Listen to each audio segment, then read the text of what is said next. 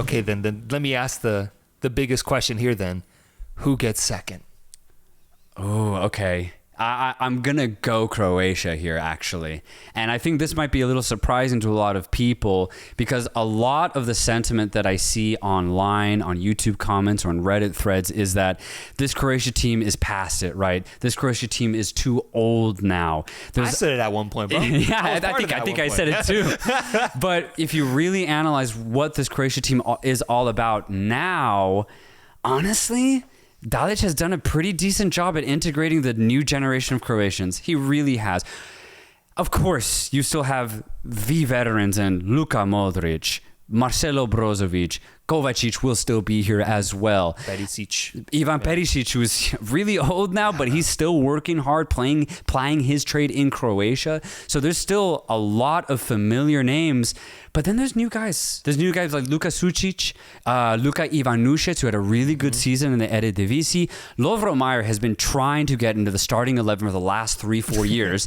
Now might be his time. He's finally not going to come off the bench, bro? Exactly. All I've seen from him is coming off the bench, dude. That's nice. I hope he gets a start. I hope he gets the start, and I do think it is time for him. He's been really good at Wolfsburg. Again, statistically, not a lot of these Croatians have a lot to boast about. I understand that, but the way that they play, there's a really good emphasis on just fluid football still, even with these new Croatian players.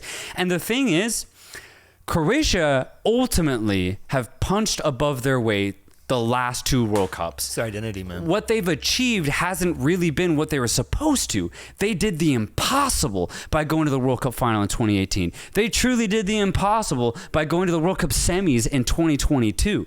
So I think when you look at the team that Croatia have now, yes, it may not be as good as what they once were over these last 4 years, but honestly, it might be just as good. It's just going to look a little bit different.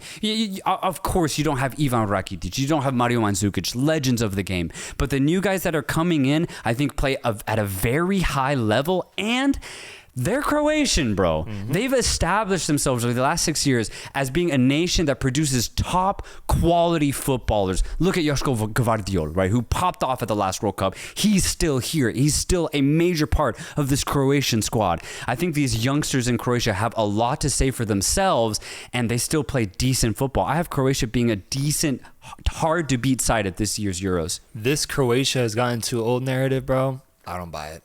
I'm right there with you. I think this Croatian team is almost like, I don't know, like the San Antonio Spurs at their peak. And like Luka Modric is Tim Duncan, and they just got such a good system in place where they churn out talent with players that believe in the identity of the team and they embody it. Because I think this team isn't so much about the individual as it is about the 11 players on the pitch.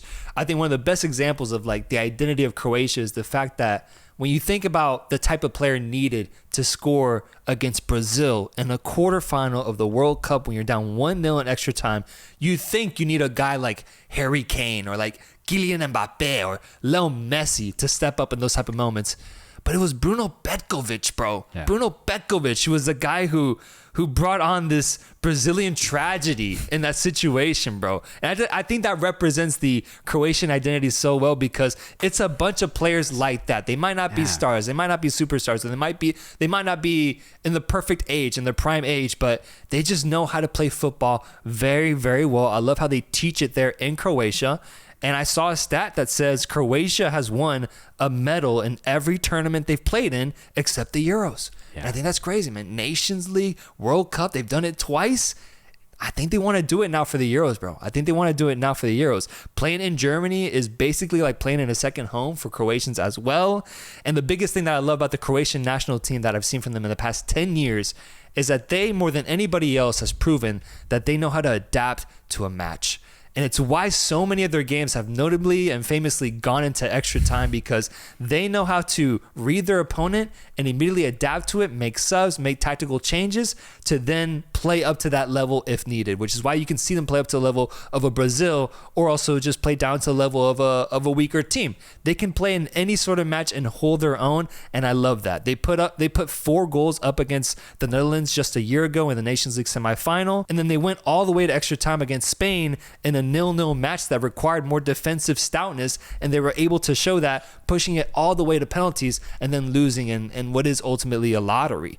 So I think for all those reasons, bro, I trust this Croatian side more than I trust the Italian team. Yeah. And I think that's why I'm going second for them. Yeah, I agree. And just to finish, they just also still have so many options going forward. It may not be the best individually when you compare it to, England, France, Portugal, but it's enough to be cutting edge. It's enough to always keep the opposition guessing on how you're going to attack, because you could start Kramaric, Ante Budimir. They've both had really good seasons this year, both in Germany and in Spain.